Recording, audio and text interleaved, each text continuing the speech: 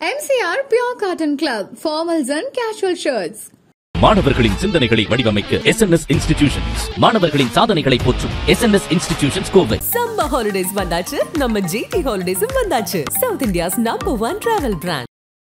வீடு இடிக்கும் போது சொந்த பந்தம்லாம் யாரும் வரல, ரோட்டில் தான் தூங்குறதே, வீடு வாசல் கிடையாது. எல்லாம் சொந்த பந்தம்லாம் யாரும் இது வரைக்கும் வந்து பார்த்ததில்ல. அம்மா சொந்த பந்தம்லாம் யாரும் கிடையாது. பிளாஸ்டிக் கட்டி தான் தூங்குவோம், பிளாஸ்டிக்லாம் வலிந்து தண்ணிலாம் விழுவோம். எல்லாம் நிறைய மனசு கஷ்டம் ரொம்ப பட்டுக்கிறேன். படிப்பு அறிவும் இல்லை, படிச்சிருந்தா தான் வேறு வேலைக்கு கூடுவாங்க. முதல் நாள் வந்து எனக்கு ரொம்ப ஃபீலிங்காக தான் இருந்தது. எவ்வளோ திறமை இருந்து ஏன் இந்த வேலைக்கு வந்தோமோ அப்படின்ட்டு. இங்கே வாடான்னுவானுங்க, மரியாதை இல்லாமல் பேசுவானுங்க. சில இடத்துலலாம் குப்பை வந்து வீட்டு முனையிலே போட்டுருவாங்க. அது வந்து டஸ்ட்பினில் போட மாட்டாங்க, சாதாரணமாக துப்புன்னு வந்து மூஞ்சி மேலே உய்யும். அதில் என்ன பண்ணுற, எச்சு துப்பானுங்க அங்கேருந்து. ஆக்சுவலாக இந்த வேலையால் லவ் பண்ணுற பொண்ணும் போயிடுச்சு. எந்த வேலை செஞ்சான்னா, நான் திருநனா போய் சொல்கிறேன்னா, இல்லை யாருன்னா அச்சு போடுங்கன்னா என்னால் அதால் அவாய்ட் பண்ணாங்க.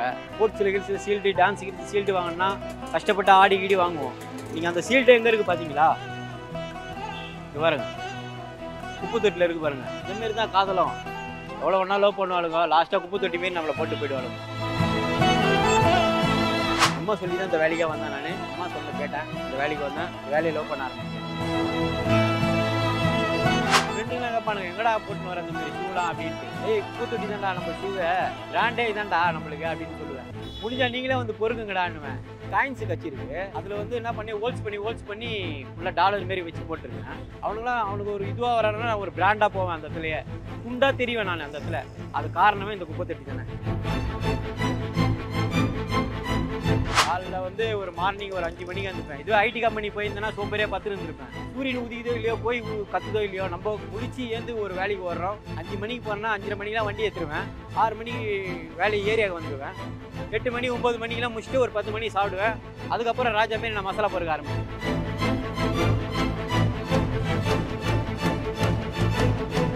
உடம்பால தான் நிறைய பேர் கூப்பிட்றாங்க, அதேமாரி இந்த வேலையெல்லாம் நிறைய பேர் கூப்பிட்றாங்க.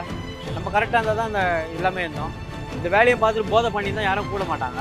தோணுச்சுன்னா ஒரு 3 மணிக்கு வந்து ஒரு 1 ஹவர் பண்ணிட்டு போவோம். பீச்சில் பூக்கல்ல பச்சை பயிறு, அவிச்ச முட்டை அதுமாரி சாப்பிட்டு தான் உடம்பே இருக்கும்.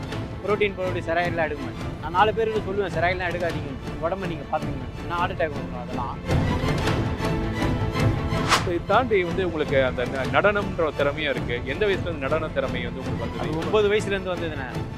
நடனம் வந்து நான் சேலத்தில் அதை கற்றுக்கினேன். ராக்கின்னு ஒருத்தன், எங்கள் அண்ணன் மாரி, அவர் தான் எல்லாமே எனக்கு கற்றுக் கொடுத்தது. எங்களுக்கு அந்தளவுக்கு வசதி கிடையாது, பேக்ரவுண்டு கிடையாது. கோயில் திருவிழா தான் ஆடுவோம், மண்டப ஃபங்க்ஷன் ஆடுவோம். ஒரு நாள் 800 கிடைக்கும், 600 கிடைக்கும். ட்ராவல்லே அப்படியே கும்பிடி பூண்டி அப்படி இப்படி போயிட்டே இருப்போம். இந்த நிலைமையிலேருந்து ஆனால் இந்த வேலையில் இருக்கணும். இந்த வேலையில் இருந்து சினிமாவும் பண்ணணும், ஒரு நல்ல வீடு வாசல் வாங்கணும், எங்கள் அம்மா உட்கார வைக்கணும், தங்கச்சி நல்லபடியாக ஒரு கல்யாணம் பண்ண வைக்கணும், கடன் இல்லாமல். அதுதானே என் ட்ரீமே.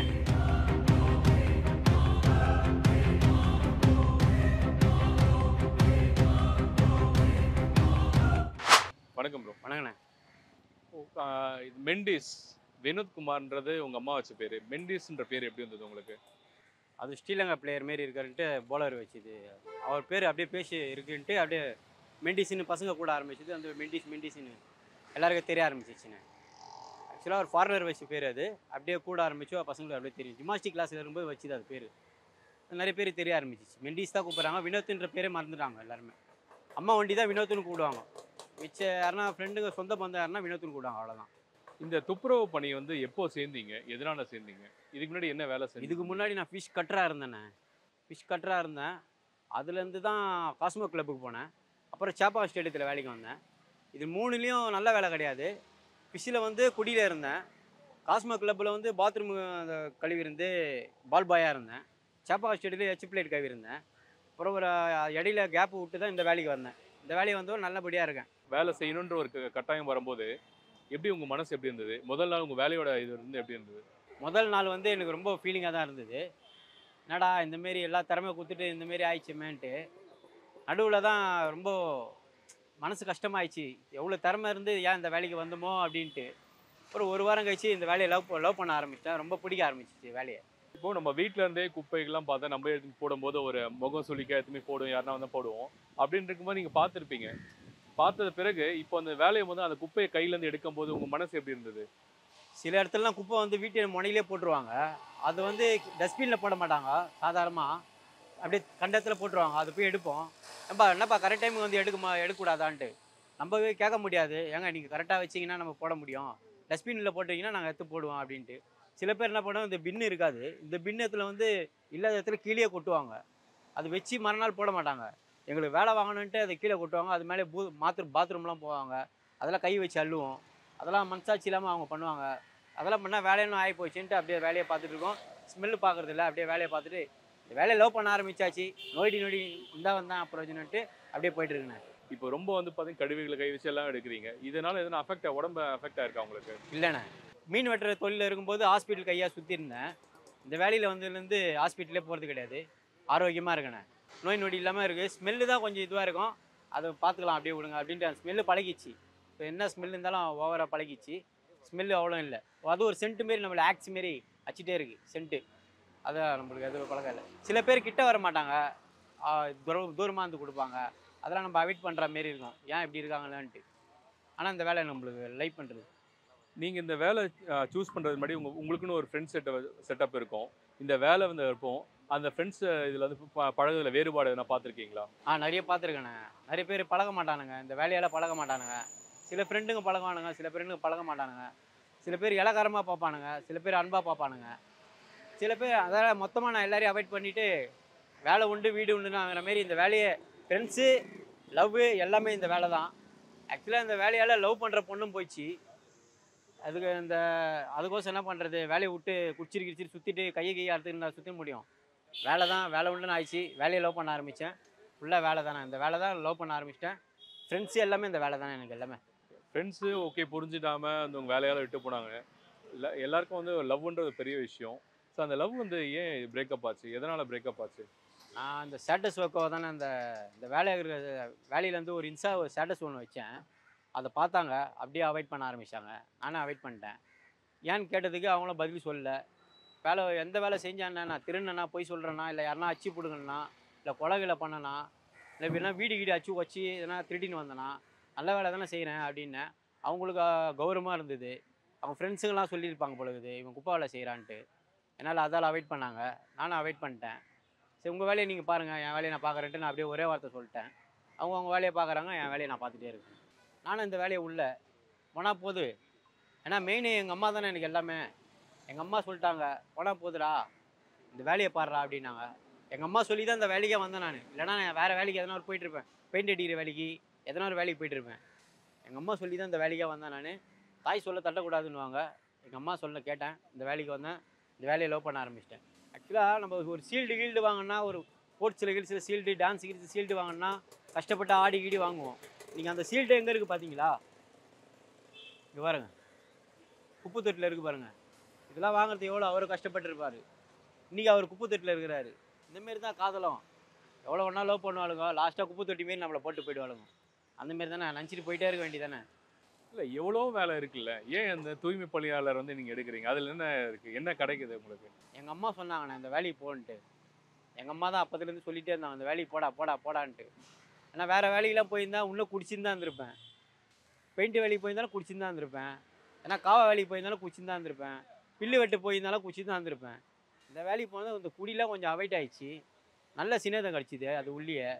பெரிய இந்த வேலையெல்லாம் சில வாய்ப்புகள் கிடைக்குது. அதேமாரி போயிட்டே இருக்கு நம்ம லைஃபு. சில இதுவில் எங்கள் அம்மா சொல்கிறது கேட்டு தான் இந்த வேலைக்கே நான் வந்தேன். நிறைய வீடியோ உங்களது பார்த்ததில் இந்த குப்பை தொட்டில் வந்து கண்ணாடி கிடச்சிது, இந்த வளையல் கிடச்சிது, வாட்ச் ஷூலாம் கிடச்சிது. அது மாதிரி என்ன மாதிரி விஷயங்கள்லாம் கிடைக்கும் உங்களுக்கு? நிறைய கிடச்சிருக்குண்ணே. இதில் ஷூஸ் எல்லாமே கிடச்சிருக்கு. என் ஃப்ரெண்டுங்களாம் கேட்பானுங்க, எங்கடா போட்டுன்னு வர அந்தமாரி ஷூலாம் அப்படின்ட்டு. டேய் குப்பை தொட்டி தான்டா நம்ம ஷூவை, பிராண்டே இதான்டா நம்மளுக்கு அப்படின்னு சொல்லுவேன். முடிஞ்சால் நீங்களே வந்து பொறுக்குங்கடான்னுவேன். ஷூவில் எடுத்துன்னு வந்து எனக்கும் குடுறான்னு பொறாமையாக கேட்பானுங்க. எனக்கு சந்தோஷமாக இருக்கும். தான்டா ஏய் நீங்களாம் ஒரு காலத்தில் எப்படி இருந்தீங்க, நான் இன்றைக்கி எப்படி இருக்கிறேன் பாடுறா. அவனுக்கு ஒரு இதுவாக வரானுன்னா நான் ஒரு பிராண்டாக போவேன். அந்த இடத்துலையே துண்டாக தெரிவேன் நான் அந்த இடத்துல. அது காரணமே இந்த குப்பை தொட்டி தானே. வேறு என்ன மாதிரி விஷயங்கள் கிடைக்கும்? அந்த பணம் கிடச்சிருக்கா, இல்லை வந்து நீங்கள் அந்த வீடியோலாம் போடுவீங்களா, அந்த காசு மாலை மாதிரி, அது மாதிரி வேறு என்ன? காசு காயின்ஸு கட்சிருக்கு. அதில் வந்து என்ன பண்ணி ஹோல்ஸ் பண்ணி ஃபுல்லாக டாலர் மாரி வச்சு போட்டிருக்கேன். மிச்சது எல்லாம் இதில் தான் கிடச்சிது, வேறு எதுவுமே கிடையாது. இந்த தங்கங்களாம் கிடச்சிது இல்லை, வெள்ளிங்க கம்பலுங்க கிடச்சிருக்கு. மிச்சது என்ன கிடைக்கும், அதில் ஒரு 300 400 கிடைக்கும். அட்டை கிடைக்கும், பாட்டில் கிடைக்கும், வேட்ரு கேனு கிடைக்கும். முறுக்கி போட்டால் வேட்ரு கேனு இப்போ கிலோ 14 ரூபா, அட்டை ஒரு 14 ரூபா. ஒரு 3 கிலோ 4 கிலோ வந்தால் ஒரு 300 ரூபா வரும். அப்படியே போயிட்டுருக்குது நம்ம லைனு. இந்த பாருங்க, இதெல்லாம் பொறுக்கி வச்சாலும் நம்மளுக்கு காசு தான். இது கருப்பு, இது வாங்க மாட்டானுங்க.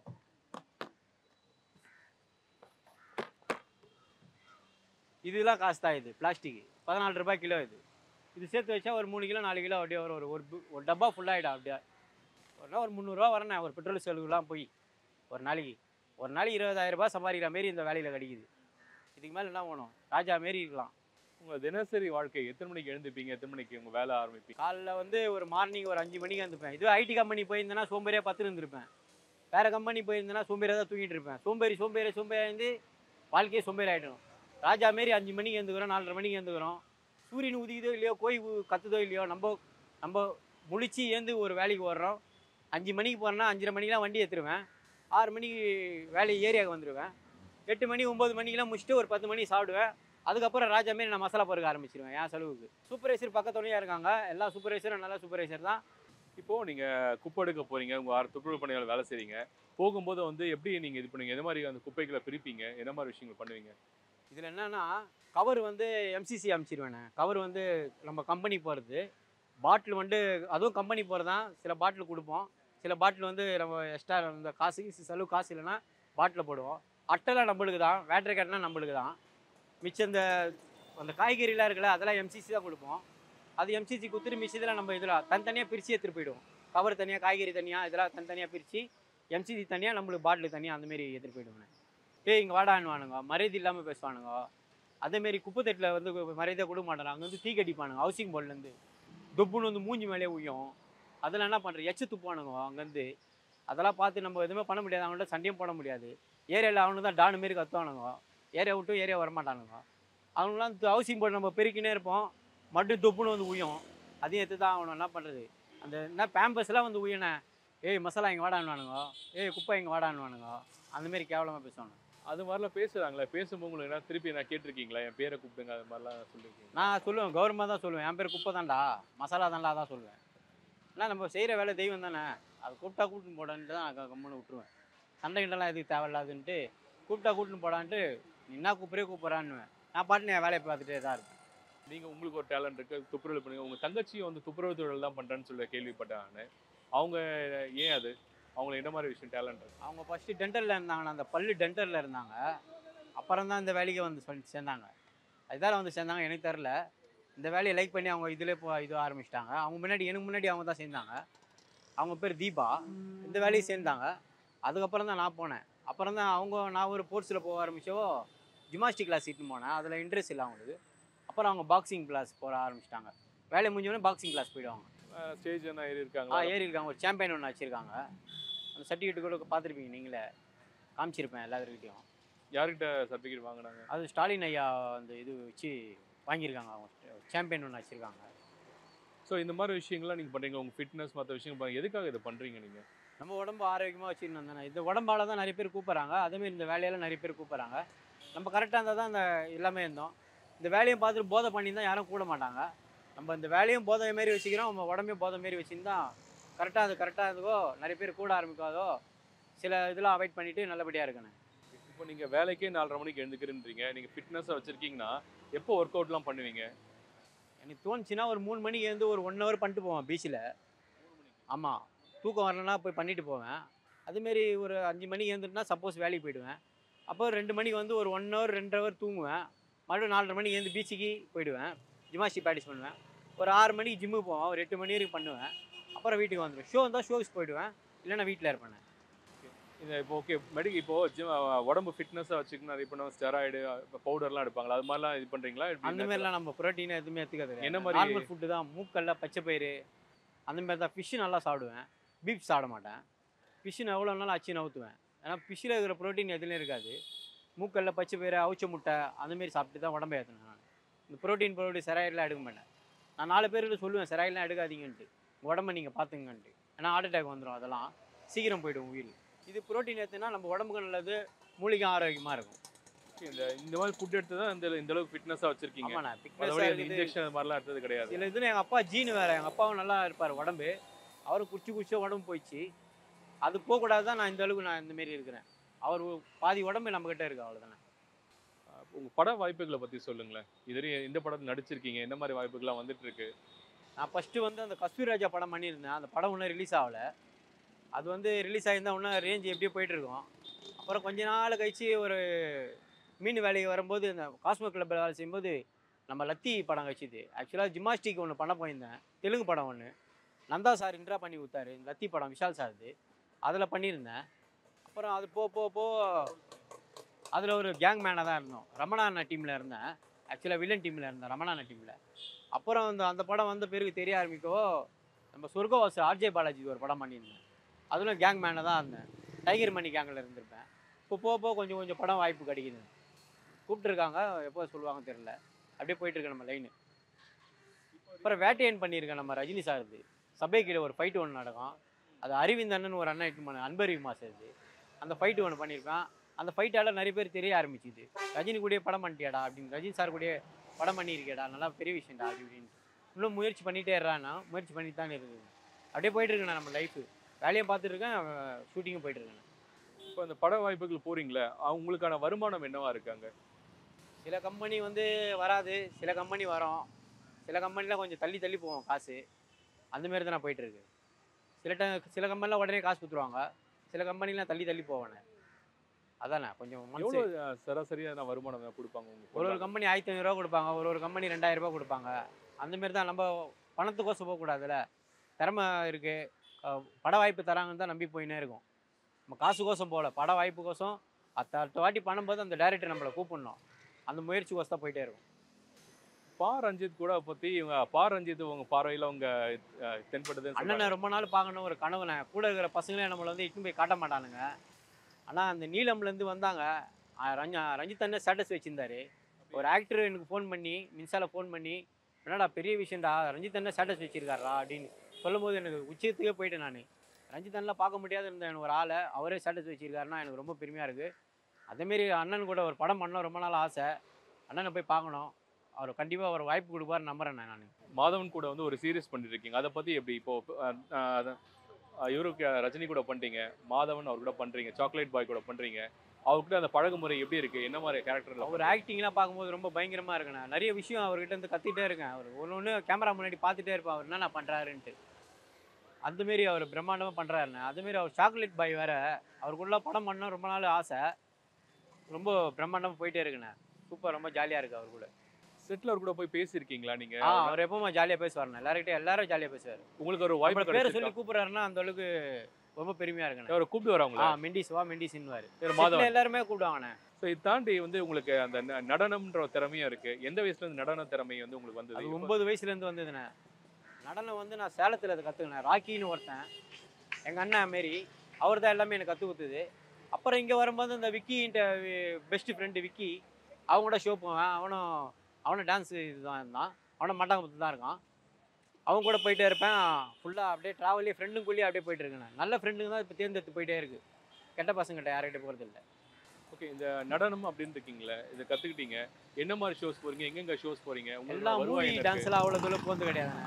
எங்களுக்கு அந்தளவுக்கு வசதி கிடையாது, பேக்ரவுண்டு கிடையாது. கோயில் திருவிழா தான் ஆடுவோம், மண்டப ஃபங்க்ஷன் ஆடுவோம். ஒரு நாள் 800 கிடைக்கும், 600 கிடைக்கும். அப்படியே அந்த ஜாலி, இதுக்கு மூவியில் கிடைக்கிற ஜாலி இதில் எங்களுக்கு ஓவராக கிடைக்கும். இந்த ஜாலி ட்ராவல்லே அப்படியே கும்மிடி பூண்டி அப்படி இப்படி போயிட்டே இருப்போம். அது ட்ராவலில் போகும்போது ரொம்ப ஜாலியாக இருக்கும். அந்த ஷோஸ் பண்ணும்போது ஜாலியாக இருக்கும். அங்கே இருக்கிற சில்ட்ரன்ஸு கை தட்டும்போது அதுவும் ரொம்ப உற்சாகமாக இருக்கும். அங்கே பேர் எடுக்கும்போது வயசான பெரியவங்களாம் சொல்லும்போது அதுவும் உச்சத்துக்கு போன மாரி இருக்கும். மூவியில் கிடைக்கிற பேர் இதில் கிடைக்கணும், ரொம்ப ஜாலியாக இருக்கும். ஆனால் மூவியில் பண்ணால் ரொம்ப நாள் ஆசை, அதுவும் விடாமுயற்சி பண்ணித்தான் இருக்கேன். கண்டிப்பாக நடக்கும்னு நினைக்கிறேன். சார், இப்போது உங்கள் குடும்பத்தில் வருவோம். இப்போ அப்பா இறந்துட்டாரு, குடிச்சு இறந்துட்டாருன்றீங்க. அப்பா மறைவுக்கு பின்னாடி அம்மா, ஸோ தங்கை, அப்புறம் நீங்கள். ஸோ ஒரு அப்பாவுக்கு அடுத்து ஒரு இது பொறுப்பில் இருக்கீங்க. எப்படி இதை மேனேஜ் பண்ணுறீங்க? உங்கள் பர்சனலாக பார்க்குறீங்க, குடும்பம் இது பண்ணும்போது எப்படி நீங்கள் அதை டேக்கிள் பண்ணுறீங்க?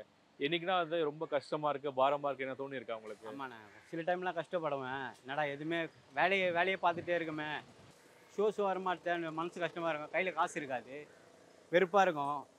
என்ன பண்ணுறது, எதா பண்ணுறது, சரி வேறு வேலைக்கு எதனா போகலாம், பார்ட் டைமாக அப்படின்ட்டு போவோம். உங்களுக்கு படிப்பு வருவேன் இல்லை, படிச்சிருந்தால் தான் வேறு வேலைக்கு கூடுவானுங்க. சரி வீட்லேயே அப்படியே இருப்பேன். சில டைம் ஒரு திடீர்னு ஒரு கோயில் திருவிழா வரும், அதுக்கு போவோம். அப்படியே அது பார்ட் டைம் மாரி அப்படியே போயிட்டே இருக்குண்ணே. என்றைக்குனா இதெல்லாம் விட்டு வேண்டாம், விட்டு வேறு எதனா போகலான்ற மனசு சலிப்பு எங்கே தட்டியிருக்கா உங்களுக்கு? இல்லைண்ணே, இந்த வேலை தானே. இந்த வேலையை ரொம்ப பிடிச்சி போச்சு. வேறு வேலையை நான் இது வரைக்கும் லைக் பண்ணல எதுவுமே. இப்போ நீங்க சின்ன வயசுல இருந்தீங்களே, அந்த வீடு கூட இல்லாம ரோட்ல தூக்குனீங்க, அம்மா மட்டும் தான் தூங்குவாங்கன்னு சொல்லிட்டுலாம் கேள்விப்பட்டிருக்கேன். அதை பத்தி உங்களோட இருக்குண்ணே. வீடு இடிக்கும்போது சொந்த பந்தம்லாம் யாரும் வரல. அது இன்னொரு 5, 6 குழந்தையிலேருந்தே அப்படி தான். இந்த 9 வயசு நான் ஒரு 19 வயசு வரைக்கும் அப்படி தான் இருந்தது. ரோட்டில் தான் தூங்குறதே, வீடு வாசல் கிடையாது. எல்லாம் சொந்த பந்தம்லாம் யாரும் இது வரைக்கும் வந்து பார்த்ததில்ல. அம்மா சொந்த பந்தம்லாம் யாரும் கிடையாது. அப்பா சொந்த பந்தம்லாம் இங்கே இருக்காங்க. அவங்கள இது வரைக்கும் வந்து யாரும் கூப்பிட்டதில்ல. ஃப்ரெண்டுங்க வீட்டில் தான் போய் தூங்குவேன். சில டைமில் ஷோஸ் வந்தால் ஃப்ரெண்டு வீட்டில் தூங்குவேன். சில டைமில் இருந்தால் ரோட்டில் தான் தூங்குவோம். அம்மா எல்லாம் மழை வந்தாலும் அதேமாரி வீடு யாரும் வந்து கூட மாட்டாங்க. பிளாஸ்டிக் கட்டி தான் தூங்குவோம். பிளாஸ்டிக்லாம் வளைந்து தண்ணிலாம் விழுவோம். எல்லாம் நிறைய மனசு கஷ்டம் ரொம்ப பட்டுக்கிறேன். இப்போ சமைக்கிறதெல்லாம் எல்லாமே ரோடு தானே? ரோடு தானே, எல்லாம் ரோடு தானே. அந்த வீடு இருந்தால் காமிச்சிருப்பேன். அந்த வீடு எல்லாமே எச்சு தள்ளிட்டாங்க. வேற எதுவுமே காட்ட முடியாது. சரி, இப்போ இவ்வளோ திறமை இருக்கு உங்களுக்கு, வேற யாரும் வந்து சப்போர்ட் பண்ணலையா? வீடு ஹெல்ப் பண்ண யாரும் எதுவும் உதவி வரல? யாரும் இது வரைக்கும் யாரும் வந்து ஹெல்ப் பண்ணல. எங்களை வச்சு வா பண்ணித்தரேன் தான் கூப்பிட்டாங்க. யாரும் வந்து ஹெல்ப் பண்ணல. சரி, இப்போ இருக்க வீடு கூட வந்து பார்த்தீங்கன்னா வந்து வேற யாரோ வந்து உங்களுக்கு அடைக்கலம் கொடுத்து சப்போர்ட் பண்ணியிருக்காங்க கேள்விப்பட்டேன். யார் அது பண்ணா? அது வந்து நம்ம அம்மா கூட வேலை செய்கிறவங்க வந்து நான் இது வேணா அட்வான்ஸ் வேணால் கொடுத்துட்றேன், நீங்கள் மட்டும் வாடகை மட்டும் கொடுத்துருன்னாங்க. அந்தமாரி ஹெல்ப்லாம் கொஞ்சம் அம்மா கூட இருக்கவங்க ஹெல்ப் பண்ணிக்கிறாங்க. சொந்தக்காரர் கிடையாது, வெளியாள் ஆளுங்க அவங்க. சொந்த பந்தம்லாம் யாரும் இது வரைக்கும் கூப்பிட்டதில்லைண்ணே. ஓகே, கடைசியாக ஒரே விஷயம், இப்போ உங்களுக்குன்னு ஒரு பட வாய்ப்பு கிடைச்சிது அப்படின்னா உங்கள் என்ன பண்ணணும்னு நினைக்கிறீங்க உங்கள் குடும்பத்துக்கு? இந்த நிலைமையிலேருந்து ஆனால் இந்த வேலையில் இருக்கணும்.